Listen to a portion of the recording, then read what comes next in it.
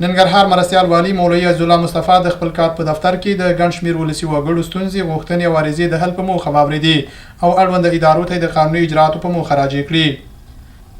ننګرهار مرستیال والي د اوبو د تصفیې نوې ماشین پرانیسته وکړه. ننګرهار مرستیال والي مولوي عزالله مصطفی د عامه روغتیا رئیس مولوي امین الله شریف سره یوځای د حوزوي تخصصي روغتون لپاره د 8000 امریکایي ډالرو په ارزښت د اوبو تصفیې نوې ماشین ګټې اخیستنې ته وسپاره. د ننګرهار سرود ولسوالۍ کې 304 اتیا بېوزله او طبیعي پیښو زیانمنو شوو کورنیو سره نغدي مرسته وشوه چې هرې کورنۍ ته 6000 افغانۍ ورکړل شوې. ننګرهار کې اتیا بېوزله کورنیو ته 1.2 میلیون افغانۍ وویشل شوې. ننګرهار کې افغاني سرې میاشتې ټولنې له لوري اتیا بې سرپرسته کورنیو ته د کوچنیو کاروبارونو د پیل لپاره 1.2 میلیون افغانۍ وویشل شوې. د جلالاباد حوزوي روغتون کې د کوچني اختر په مناسبت لا زیات چمتووالی ونیول شو.